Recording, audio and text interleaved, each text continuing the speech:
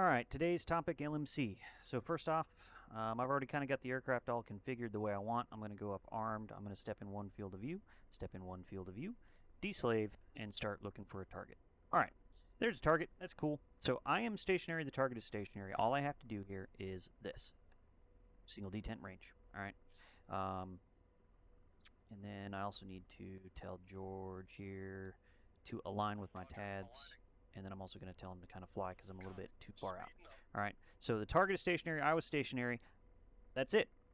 That's all it needs because tracking that target is super easy. Now, here's the wrinkle. I just started moving, right? So what do I need to do to be able to effectively track this target? Well, I need to first start lasing. Second, turn on the LMC. Third, tap, tap, tap, tap, tap the thumb force controller to get the line of sight where I want it. Then I'm going to step in again. Actually, I'm already at maximum zoom, so I need to go day TV to make this target just a little bit bigger. I'm going to place the line of sight in the desired position just by tapping on the thumb force controller with the LMC on. I'm going to get my thumb off the thumb force controller, and I'm going to allow the target state estimator and the LMC to kind of do my work for me here. Well, really, the target state estimator and the LMC really. The LMC makes it easier to track the target. Like, my thumb is off the target. I don't have to do anything. It also helps that I'm flying directly at the target.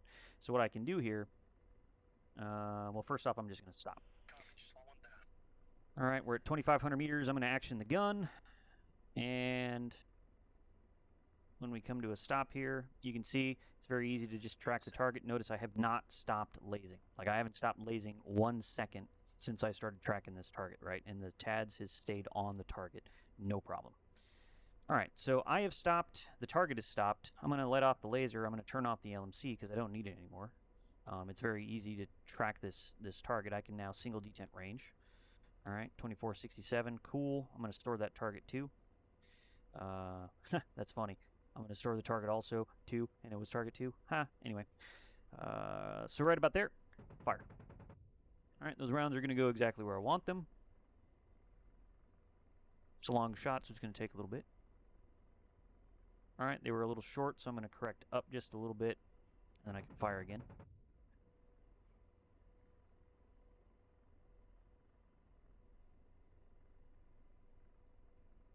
All right, rounds are on target. Cool.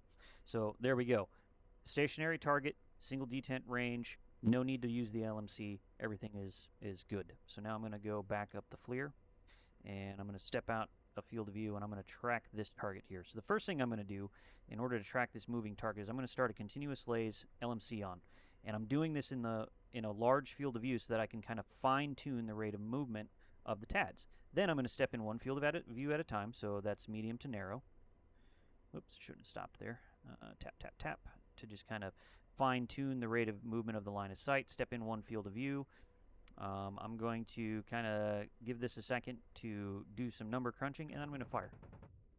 All right, 2,400 meters is going to take it a second to get there. My thumb is completely off the thumb force controller. I'm not moving the TADs at all. All right, target is starting to move. Notice the rounds impacted, exactly where I wanted. So again, I'm correcting the TADs now. I have not let go of the laser. I'm continuously lasing, and I'm going to fire.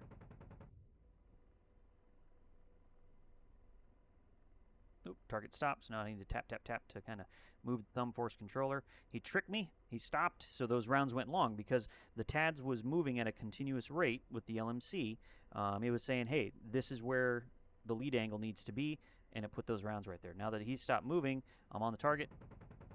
Technically, I don't need LMC, and I don't need second detent laser, but I'm already there, and I've already got it set up, so I'm just going to take and fire. Boom, those rounds have hit. Exactly where I wanted him to hit. All right. Now let's see here. Let me do this. I'm going to have George come this way. And I'm going to tell him to speed up to about 40 knots. I'm going to keep continuously lasing with the LMC on, and I'm going to start flying off axis to the target. Hopefully he should start moving here pretty soon. All right. I need him to actually turn a little bit more. All right, something about like that. And all right, I've got the line of sight on the target. Everything's looking good. My thumb is off the thumb force controller. I'm going to fire. These rounds should hit right where I want. Okay, they hit a little bit long. So let's see, we were kind of turning as well, so I would expect that. That would make sense. Now I'm going to fire, because we're kind of more or less stable. Boom.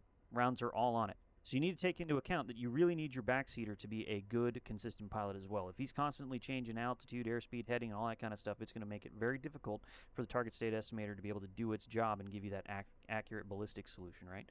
So let's come over here just a little bit, right about there-ish. All right. Tap, tap, tap on that thumb force controller just to maintain a nice, good, steady track. I'm going to store that target 2, target 3, and then I'm going to get my thumb off the thumb force controllers, completely off the controller, and now I'm going to fire. Now it's drifting, so I expect it might give a little bit of lead angle, maybe not. All right, cool. That was a little bit short. I'm also really close. I need to actually tell him here, George, go this way.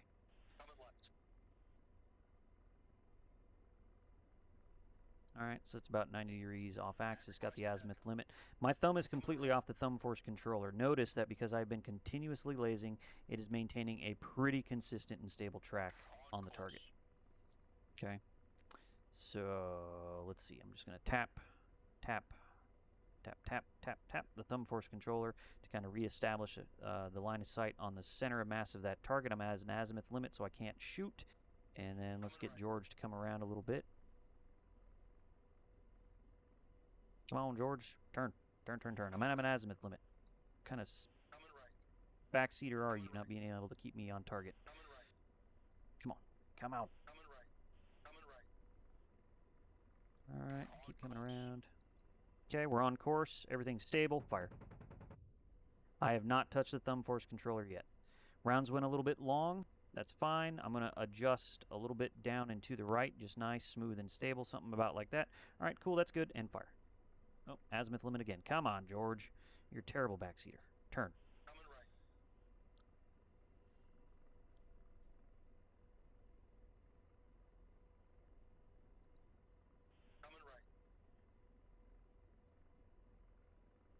All right, so we're there.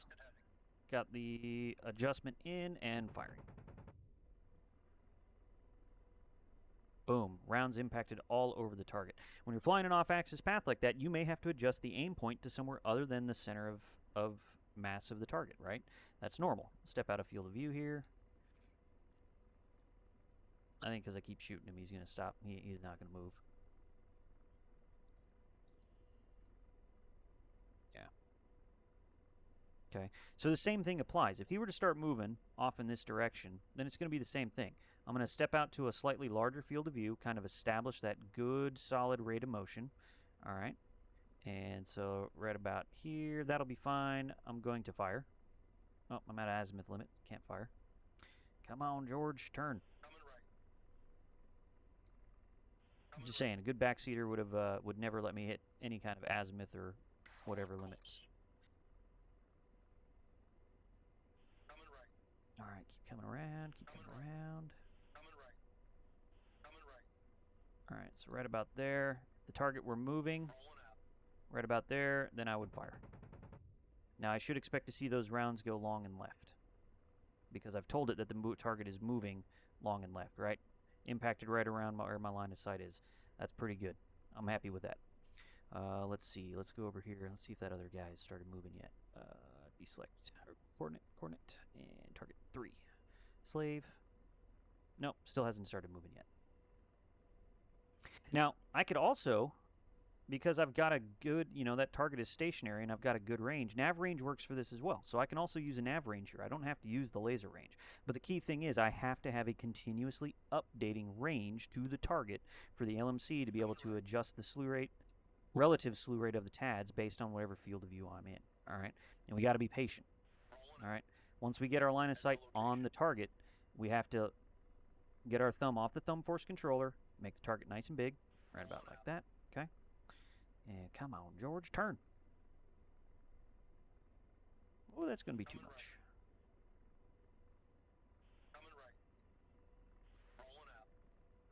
Okay, so right about here.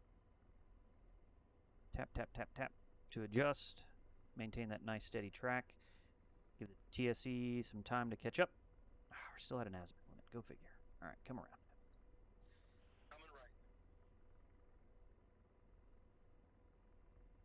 Okay. Right about here. So I would expect the same results. So off the thumb force controller, fire.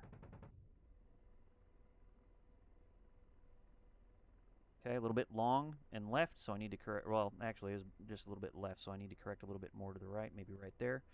Off the thumb force controller, fire. All right, that's a little bit closer. So you have to make those small little micro adjustments, see where the rounds are impacting, and then make an adjustment based on that, right? That's how this works. LMC really needs you to be feeding it a good range. So you can do it with nav range. The preferred and most accurate is laser range. Notice that as soon as I started lasing, there was a jump there, all right? What I recommend is if you're going to switch your range source, bring the LMC off first, all right? Get your laser going, bring the LMC on, and then reestablish the track. Now notice I was fighting it pretty hard there, so I need to step out of field of view. So really the right way is, you know, kind of get in the general ballpark area of where the target is with that manual track. I'm just applying pressure against the thumb force controller. Now I'm going to bring on the LMC. Nice stable track, step in. Come on, George.